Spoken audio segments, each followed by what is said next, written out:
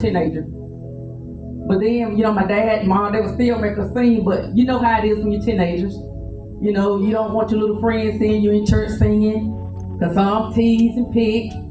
You don't want to go to church because you want to hang with your friends, etc.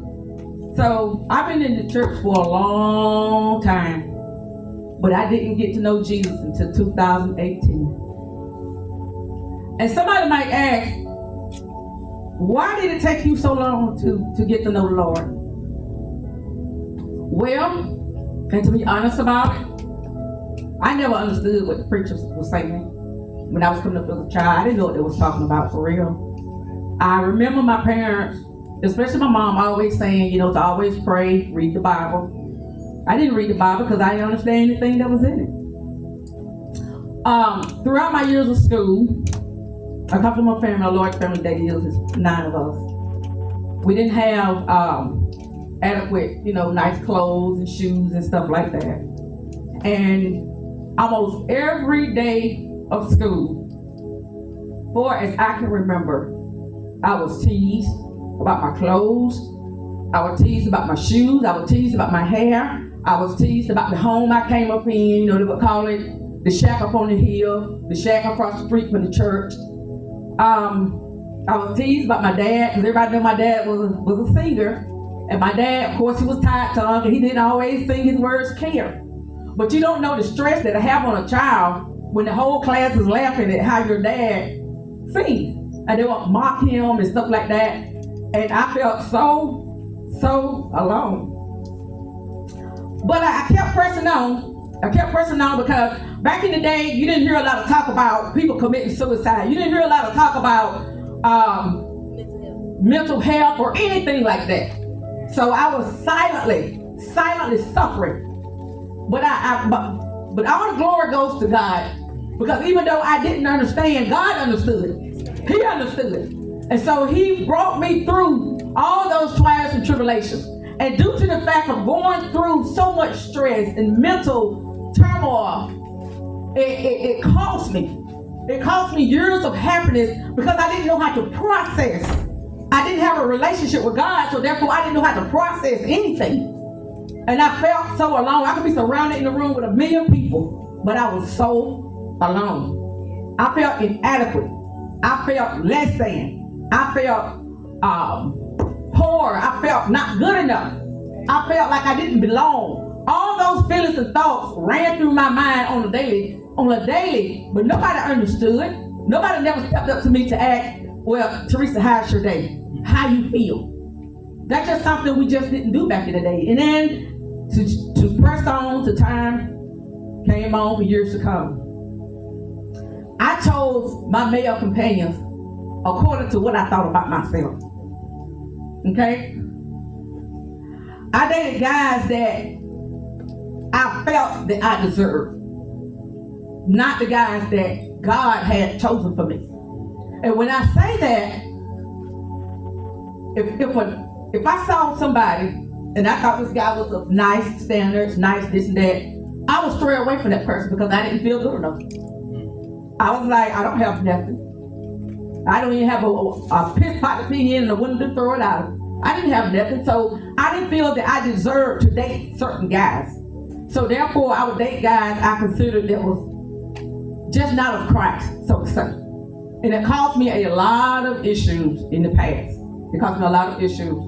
The same way when it came to friends, I always felt like I had to change my identity of who I was so I could fit the identity of who I thought other people wanted me to be. So therefore, I was left not knowing who I was, and I would discard everything that I liked about myself because I'm trying to be like Sister Kennedy over here. This is what Sister Kennedy likes, then this is what I need to do. Trying to fit in because I never fit in school. And so with that being said, it caused a lot of mental issues that I didn't know that was even going on. And I was sinking further and further into depression. And so that's one reason why I'm here today speaking on this, because I know what I have been through. And it's almost like today, people are afraid to come forward and share their story because they're afraid, well, if I share what I've been through, this person gonna tell the next person. And now everybody on my job or whatever gonna know everything is to know about me. And then you might have the thought of, do they even really care? Do they even really care to even know what I've been through? And that's how people act today. I hate to say it, but they don't care. So it's so important that we get to know Christ for ourselves. And I'm so glad that I'm able now and can understand what I need to know in order about developing a close relationship with God. And even now, it still get hard. You know, I went to college. I got my bachelor's. I got my master's. But I went to college to get my degree to feel like somebody, because I never felt like nobody. And to me, it was so important to me because it wasn't because I wasn't thinking about, oh, I want a good, successful job at the time. I wanted to do something to make people like me, to make somebody proud of me. I wanted to feel like somebody.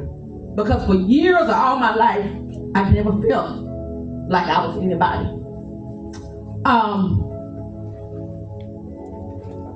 And I'm going to encourage you today. For those who's looking for a church home, let me tell you about church. Find a church that's going to make you feel good when you walk outside those doors. If you're in a church and the only thing the pastor can talk about is the way you dressed or the way your hair looks or your tattoos or you got on weave and this, you're at the wrong church. You need a church that's going to build you up. You need a church that's going to tell you how to be saved. You need a church that's going to help you mentally. The Bible says to come as you are.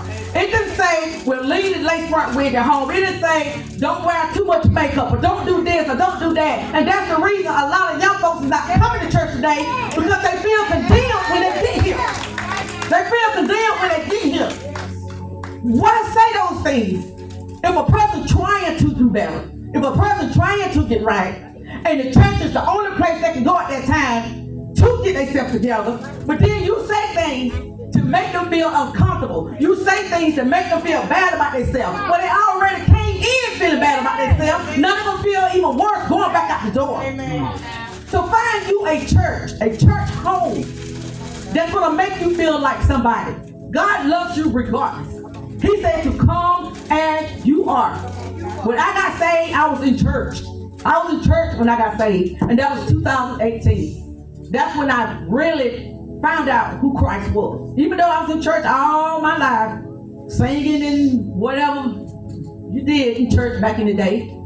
But when those struggles came, when those heartaches came, when it hit you hard right here, it's going to teach you it's time. It's time to seek God. It's time to seek who He is. But find a good church family. That's the start. It's going to help you mentally.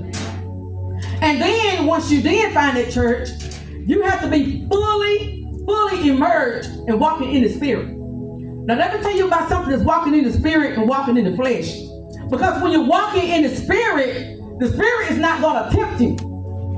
But the flesh will remind you of past negative things, and it's going to keep throwing it up every chance it gets.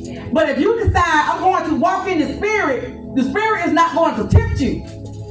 The flesh holds on to your past experiences, past wounds. So it triggers wounds so that it can trigger you when the Spirit calls you. When God calls you to do something, if you're walking in the flesh 9 times out of 10, you're not going to do it. But if you have decided to walk in the Spirit,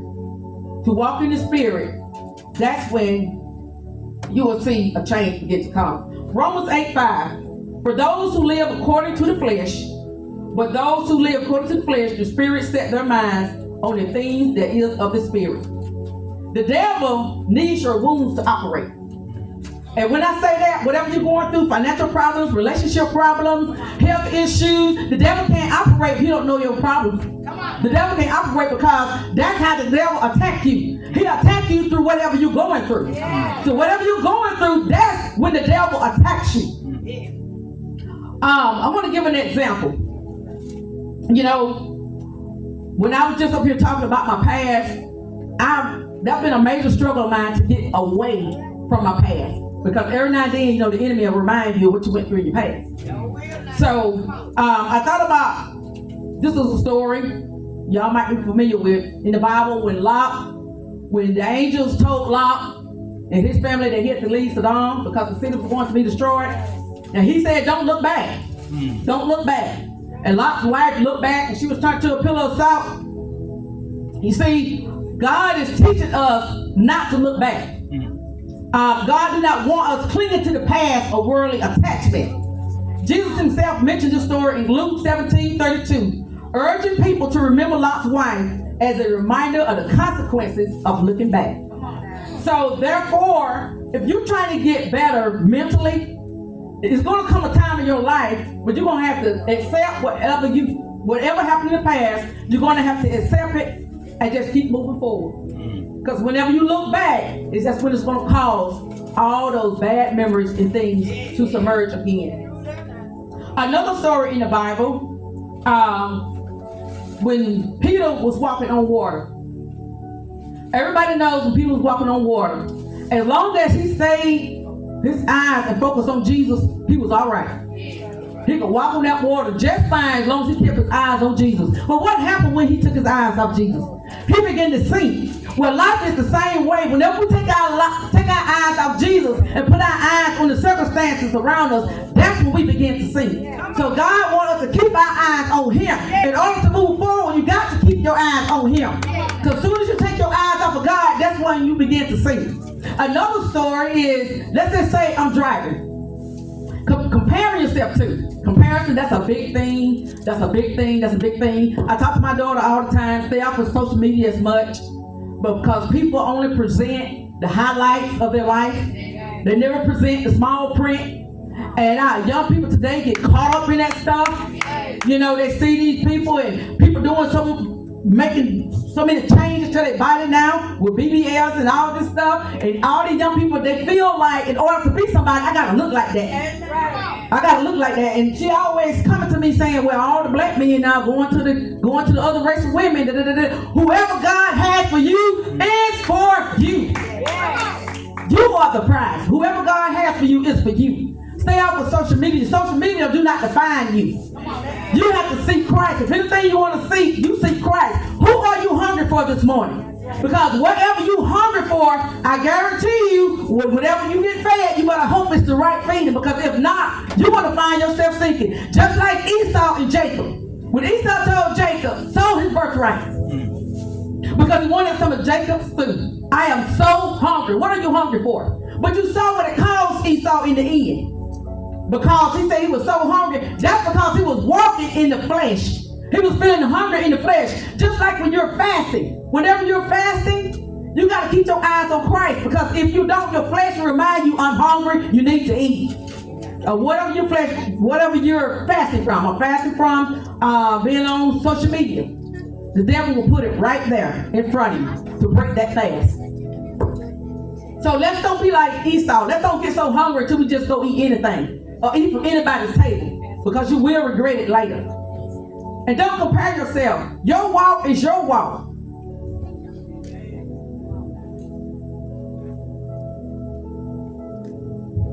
There are many things that can manifest that leads to depression. And like I was saying earlier, one of those things was comparing yourself. If you're driving down the road, the highway, and you're going the speed limit that you feel that's convenient for you. You feel that's the right speed limit for you. And you begin to look around at other cars around you and see everybody speeding passing you. And now the thought goes through your head, well, everybody's passing me, so I need to speed up. I need to catch up with everybody else. So that comes down to comparison yourself again. So everybody around me seems like they're moving faster than me. They're getting blessed. Why am I still back here? So now I'm going to speed up so I can get some of those blessings. But before you know it, you probably don't have an accident or anything like that, because now you have taken your focus off your path and what's in front of you, the road in front of you, and you focus on all the cars around you that's going ahead of you. And life is the same way. Life is the same way as that. And so from my past, when I used to think I wasn't enough, I used to think I wasn't good enough. Now, when I read the Bible, I read out of Ephesians. Because Ephesians tell me exactly who I am. And before you leave today, you're going to know who you are. So whenever you think I'm not enough, I'm not good enough, I don't have enough money, I don't fit in that status. Well, this is what Ephesians says about me. He says, I am a saint. I am blessed. I am chosen. I am redeemed. I am a member of the body of Christ. I am a partaker in the promise of God. I am a mirror that displays the glory of God. I am predestined. I am accepted. I am forgiven. And I am a part of God's family. That's who I am today. So don't let your past define you. Don't let your past define you, because those are some of the things that leads to depression and mental health. And I'm going to share something here before I close.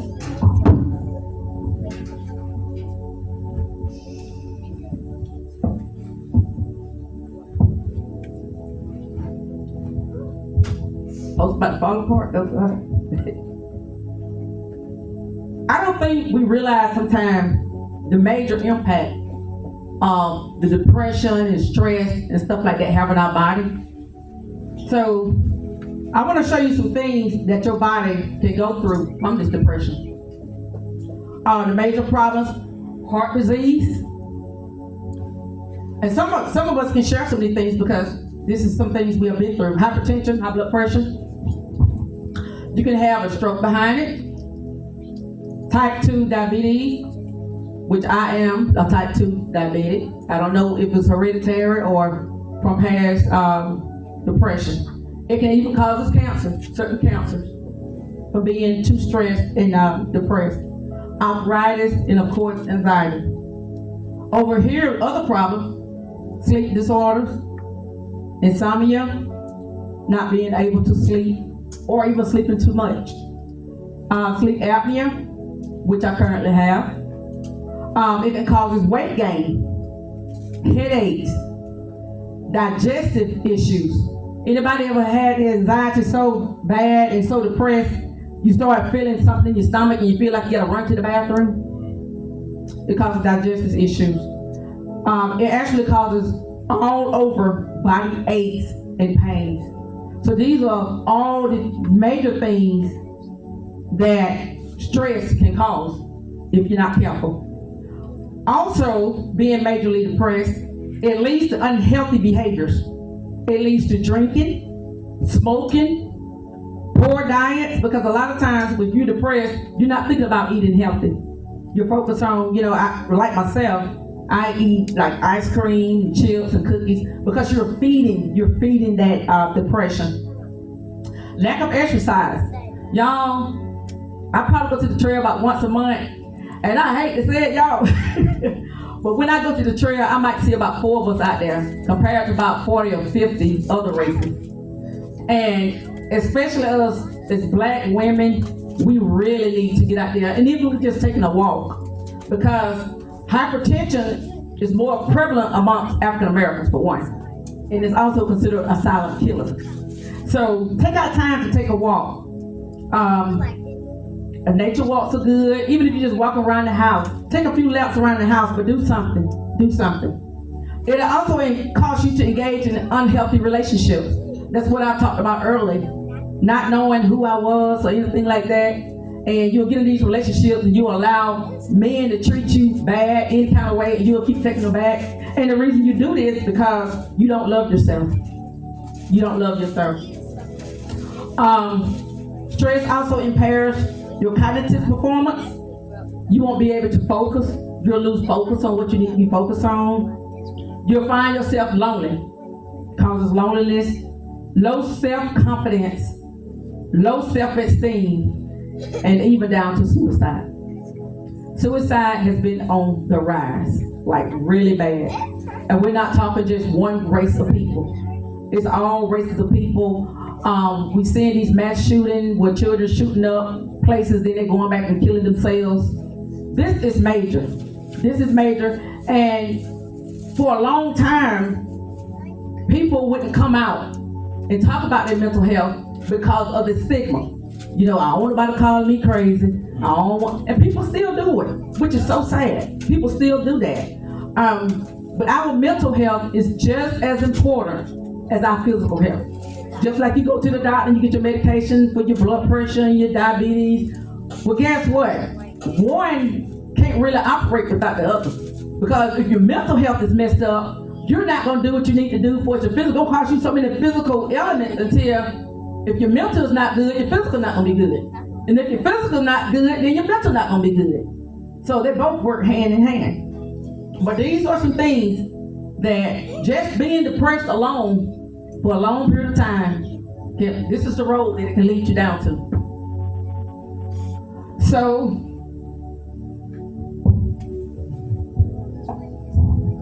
get busy, get moving. These are some things that you can do to get involved. Get engaged, praying, meditation. When you pray and meditate, this is how you self-reflect, bringing self-awareness to everything that's going on with you. This is how you're able to take time. And sometimes you have to take a step back. Whether you're taking a step back from family, you're taking a step back from friends, you have to do what you need to do in order to get yourself together. And sometimes family and friends might think you're acting funny or you're being this way or that way, but you got to do what's best for you. And sometimes you have to step back so you can focus on yourself. You have to focus on yourself. I love my friends, I love my family, but sometimes I need that me time. And I need to separate myself from everybody in order to stay on that right path, what God wants me to have on. Because sometimes, the world can get so noisy. The world can get so noisy, and what I mean by the world get so noisy, this person saying something, this person saying something, this family member telling you to do this, that family member telling you to do that. You don't seek everybody but God. And now it done left you confused and not knowing what to do. So I'm telling you today to remove yourself from all of that and seek Christ. And if you have to, let your family know how you feel. And if they love you and care about you, they'll understand. Over there to the right, that's something that my sisters and myself has started doing, thrift shopping.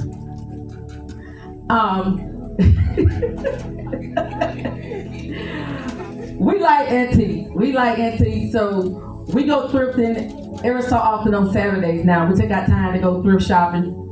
Shopping is one of those things that I tend to go to when I'm feeling down. Now, that can be a bad thing too. Because, you got bills and you feeling down and you trying to shop. That can be a bad thing too. The second thing I have there is gardening and cooking. Find you a new recipe. Find a new recipe to cook. Get out there and start your garden. You don't have to be anything major. You want to start peppers and stuff like that. Now I will give this to Jean. Jean has a green thumb. And she's able to grow all those pretty green plants and stuff like that, which I don't have a green thumb. Her and Penny both can cook better than me, but it's all good. And all that getting, get some rest. Get some rest. I know we like to work and make that money, but you got to find balance. Balance is very important. You got to have that balance. You go to work, do something good for yourself. Do something for yourself, women. Because other than God, it's at the point now that we about all we have. You got to take care of you. Believe it or not, it's a lot of people relying on you. Your children, grandchildren if you have them, people on the job. You get out there and do your best on your job and you don't get that recognition that you feel like you should get, but you got to keep going. You got to get up the next day. You got to keep it moving. So it's a lot. It's a lot. And especially with everything that's going on today. With the economy, it's a lot. Grocery prices getting higher. With me, I got one in college. I'm currently not working right now by choice. And they're constantly want money, to get their little braids and shoes and clothes. And so it's just always something. So women, we are always busy. But I put prayer and meditation in the center because that needs to be the center of our life. Right there. Like I said earlier, walking, exercise, reward yourself. Like I spoke about earlier, do something for yourself, even if it's something small. It don't have to be anything major. It's not always about money. Music, I like music. Now, if you're feeling down in depression, don't go listen to no sad music. Listen to something upbeat. Listen to the spiritual. Reading, I like to read. You can read. Go to the beach. Go to the outing. The beach is not just for young people. The best time to go to the beach is when the young people not gonna be down there. Everybody know they down there spring break, around holidays, and we don't want that. We need our rest. So, outings, when you outings, you're going out to eat, you're taking yourself out to the movies, do something for yourself. Even if you're just going for a drive, just get away. And of course, I like to watch movies. I have movies down there. So I like to watch movies. You gotta keep busy on doing something because everybody know an idle mind is a devil's workshop. So if you're not engaged or busy doing anything, trust and believe the devil is up to something. And that's when he attacks your mind. It's when you're just sitting there and you're just thinking, because all kind of thoughts is going to come in your head. He's going to take you all the way back to your past. But like I said, if you're walking in the spirit man will not allow that to happen. So when it does happen, it will make you realize I must be walking in the flesh because I'm feeling this way. So it's time to get back to my spirit man, because the flesh will have you thinking they're doing all kinds of things. Now, another thing you can do is make yourself set goals. I know goals are not just for students and college kids, and there's no certain age limit for setting goals. It don't matter what age you are. And these are my own personal goals here I'm about to show. And I'm going to make sure I at least accomplish 3 before this year is out. I decided to get away from the New Year's resolution because that wasn't working out. So now I set goals. So this is my own personal goals. So like I say, I do have a social work degree. So I'm studying to get my license. So I'm going to make sure this happens. Even if I got to take the test 10 times, I'm going to make sure it happens. I want better health. That's a tough one for me because I can't stay away from hemp hop and neck bones. My sisters tease me all the time, like, girl, you better stop eating them neck bones and hemp hop because I have hypertension. So that's a hard one for me because I like soul food. I grew up on soul food and I like soul food.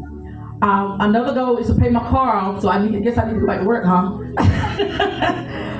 to save money. I definitely want to do that.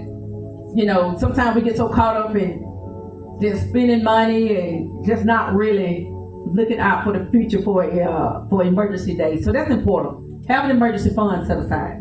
I don't care if it's not the $500. Get you an emergency fund set aside. Because I ain't nothing like running into a jam and you got to go call up family members to ask for some money. Yeah, because it'll make you feel bad, and especially if you go telling other people and stuff like that. So, we don't want that.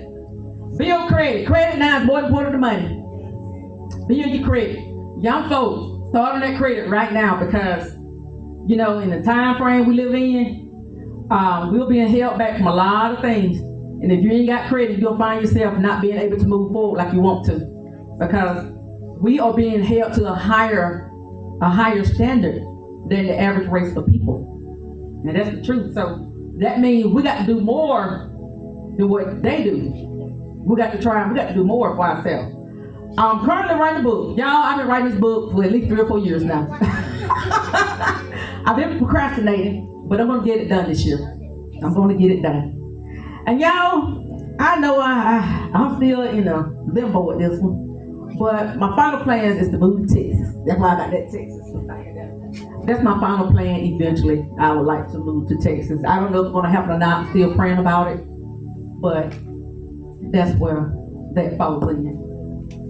So I just want to encourage everybody, take your mental health serious and be mindful how you treat people. You never know what that person is going through. You never know. Whether you're on a job, be mindful of that. And always have a kind word to say. Because there have been many times, people have came at me not having any idea of how I was feeling. I'm still grieving right now for my mom. And it's a challenge for me. I don't talk about it all the time with my family. And they're kind of unaware of it, but it weighs on me hard. And I think because I was there when she passed, holding her hand, and the image keeps playing in my head, and hearing her last breath, those images are there. And it's only been a year, but it seemed like it's been less than that. And that really hurt me to the core of my heart. It did. And so that's a battle that I fight every day. But I try to walk in the spirit with that as well. Because if I find myself walking in the flesh, I start thinking about all that stuff again and start crying and stuff like that. And so I'm just challenging you today to really take care of your mental health. You know, a lot of the illness that we are experiencing right now, it's because we're not taking care of ourselves. Mentally and physically, we're not taking care of ourselves. And so that's why we're even going through a lot of that, what we're going through now. Choose healthy relationships. That helps too. That helps too. If you're walking in the Spirit, once again, it's going to make you stronger. And you become stronger in your struggle. That's when you're the strongest, is during the time when you're in your struggle. God got something for you. God got somebody for everybody. You just got to be patient and just hold on. So, I have a couple questions that I was going to ask. And then I was going to turn it back over into the hands of Sister Harris. What are you doing today? Ask yourself right now. What am I doing to better my mental health? I'm asking the question, so I want y'all to answer me. Say something, somebody. Pray. You praying? Okay. Focus on you. Focusing on you. That's good. Who else?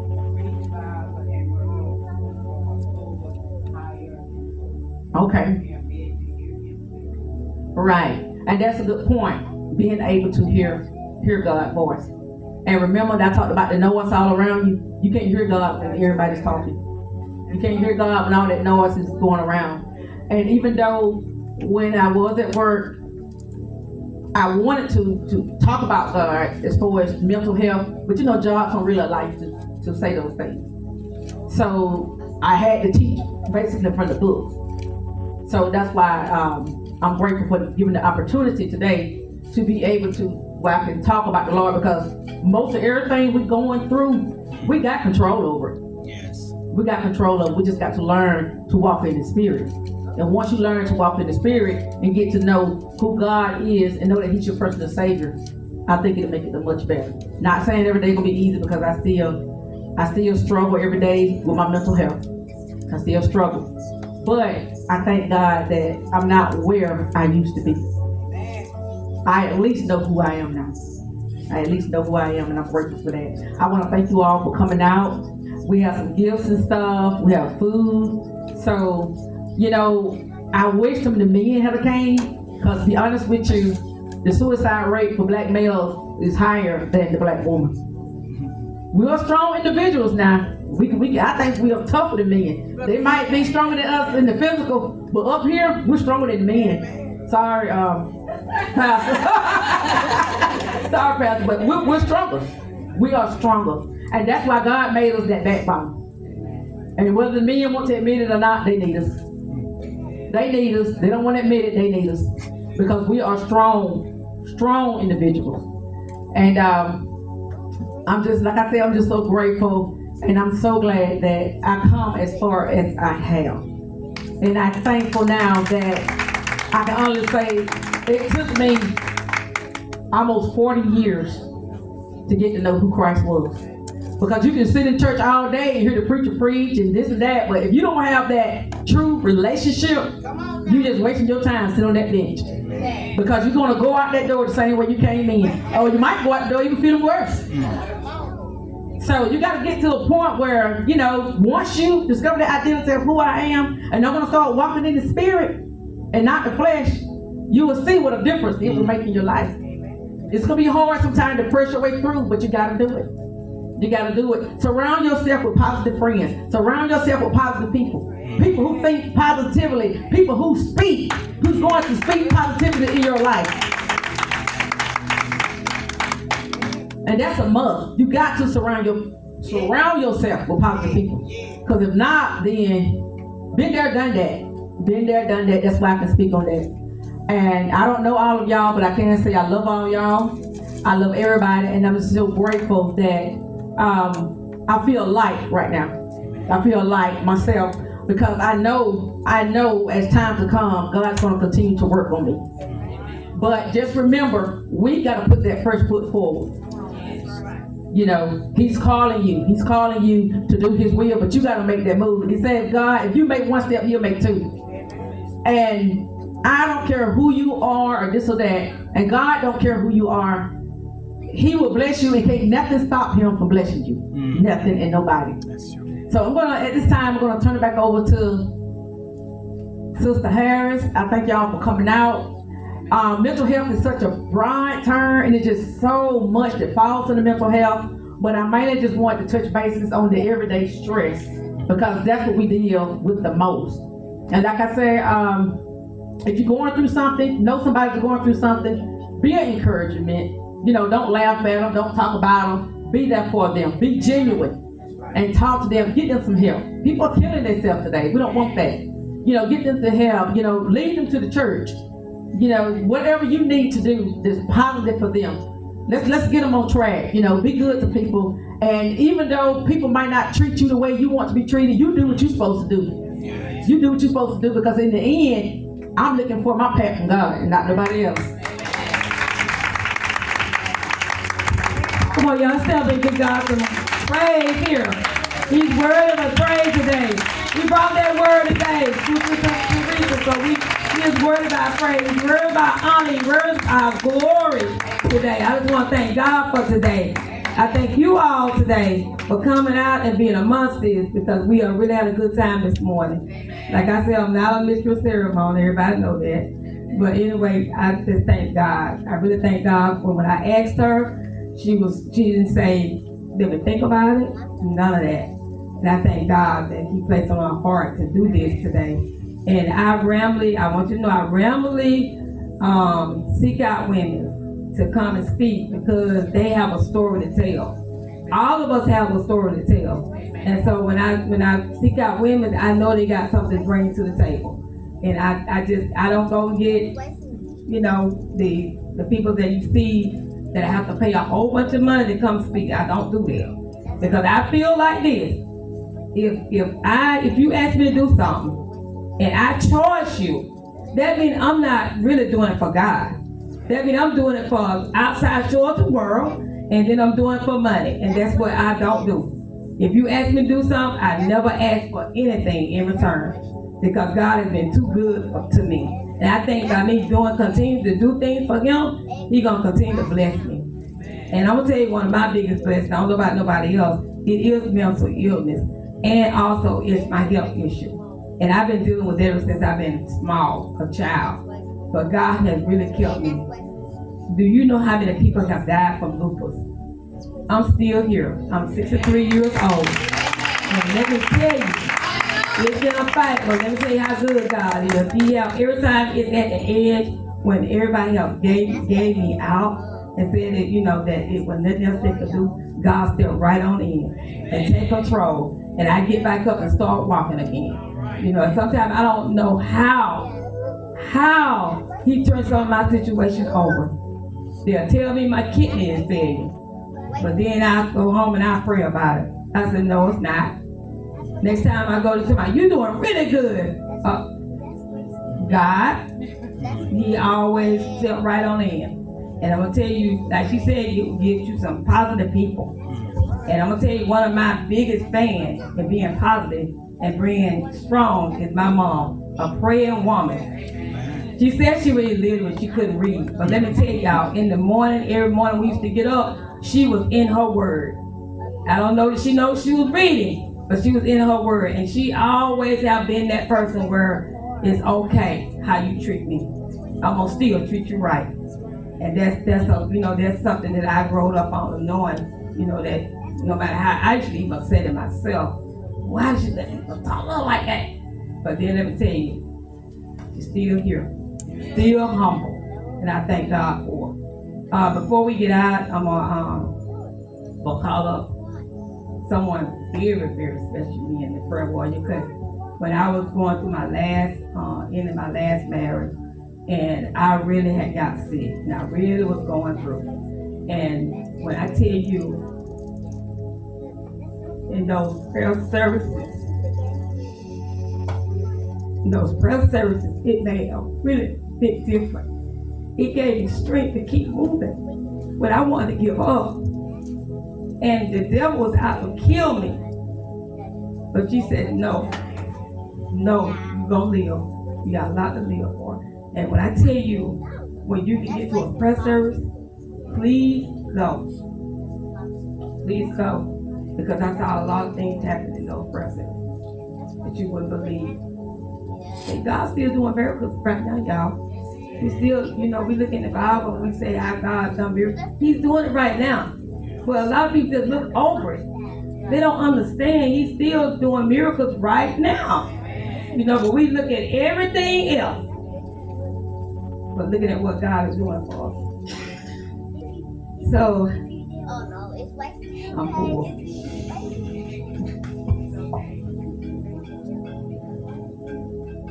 I don't know. I'm one of those people, those witnesses that hide, behind a smile. But I thank God.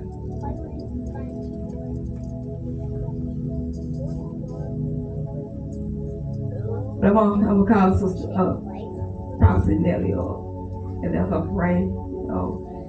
Give us the strength to keep going. And whatever else she feel like she need to do, we'll let her have the floor.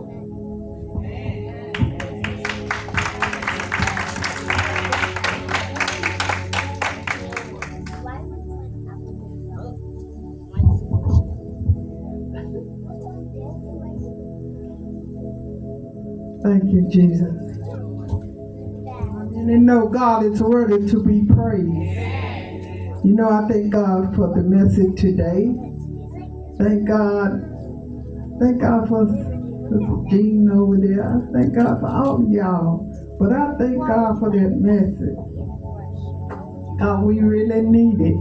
I don't know about you. I can't say that you need it, but I need it. I thank God that I went through a lot too.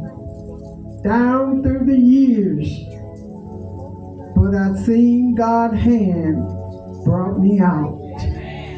I thank God because one time I thought I was losing my mind. But God. I said, but God. God brought my mind back. I didn't lose it. A lot of things that the devil throws at you. But if you know God, and you know God like you say you know Him, He'll bring you out. I thank God, because you're looking at a miracle. You say, God, yes, God still works miracles. Because I am a miracle. God gave me a fine miracle. I battled with cancer. 2004, I had colon cancer. Ate up my body. But God. I said, but God. It wasn't nobody but God that brought me through. You're looking at somebody that the doctor gave him 3 little months. He wrote everything on the board. But the surgeon came to me every time. I had to turn my face to the wall. I had to remind God. Sometimes you have to remind Him. And I had to remind God. Lord, how I walked right before you. How I did things, I spoke what you told me to speak. Now, God, I need you. I say, I need you. Yes. I need you to come on in. Come on in. Not only had cancer, baby, I had a tumor up there. I had a billions of grapefruit. And I want to tell you, I had 5 lymph nodes. But God. I said, but God. But I thank God for the word of God. The word of God came to me. That was a hard pill to swallow. Losing weight every 5 minutes. Throwing up diarrhea. In such a pain.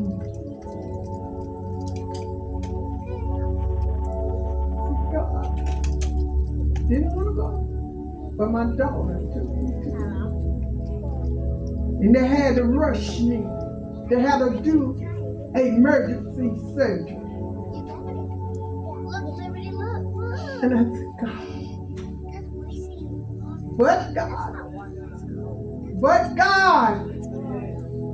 And I want to tell you, God came in. The doctor was astonished. The surgery that they had to do.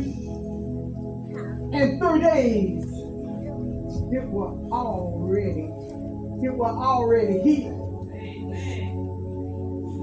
And I left out in hospital. But I'm going to let you know, I thank God, I can tell it all. I can tell you some things that God didn't know that I was a diabetic. But I kept drinking water. I wanted water.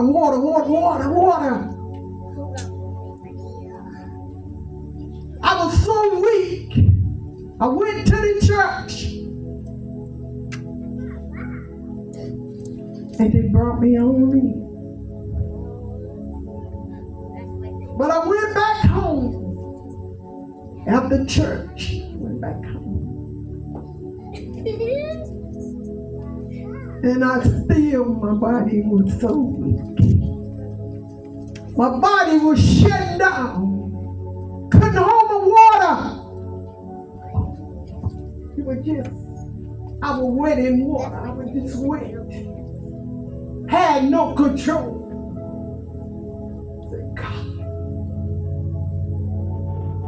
And they had to tow me in the cab into the hospital. When I got there, I was so wet from my head to my toes. They looked and they did. I don't know what they did, but they did. And they came in and told me I was about gone. Sugar was over 800. I didn't supposed I was supposed to have been in a coma. I was supposed to have been gone. But God breathed body.